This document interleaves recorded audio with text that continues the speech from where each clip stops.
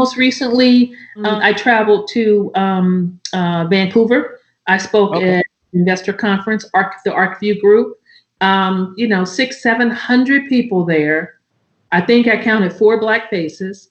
Okay. Which again, here we go. But it was really interesting because at the end of my particular session, I was on a panel. The moderator asked me a question, and he said, "Why, if there's one thing that you think the industry should be better at, what would it be?" And I thought really long and hard about how to answer that, because the answer was clear, but how do I frame it to them? And what I said is, we spend a lot of time in this industry talking about social justice issues, how we're going to make this plant equitable for everyone, particularly us, our community who suffered the greatest under the duress, either under laws that were unfair or whatever the issues happen to be that got our people where they are from an incarceration rate. I said, and yet I stand here in this beautiful venue in Vancouver, and I look out in the audience, and again, I see nothing but white faces. And I said, it's not your fault for you, those of you who are here. But if you're going to talk about how we're going to make this an inclusive industry, you have to ask yourselves, what am I doing to that effect? Or are you going out and seeking people of color to bring into this industry? Are you spending time with the farmers, the Black farmers in this country, and explaining to them how to grow hemp and how to process it and how to make money at it?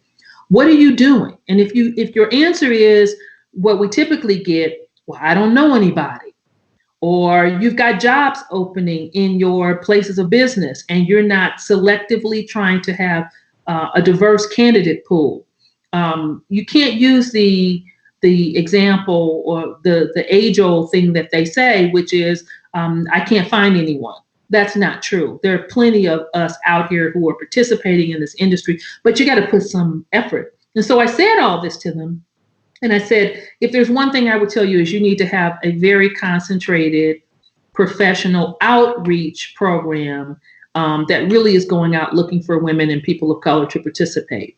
And to my surprise, they stood up and clapped. Really? So, okay, but that's great. And I appreciated it. But can I tell you if anything different has transpired since then? I cannot. I don't know of any project that resulted as because someone heard those words and did something about it. So let's come full circle. It's on us. We've got to go out and demand to participate. We have to show up at these conferences. We have to understand this business in a very different way than we have. And we cannot put blinders on because of our particular views that I talked about earlier, which is going to end up with a whole lot of people not participating in something that would be so very lucrative, meaningful, and would provide some generational wealth. This is like the start of the gold rush. This is like the start of the tech boom.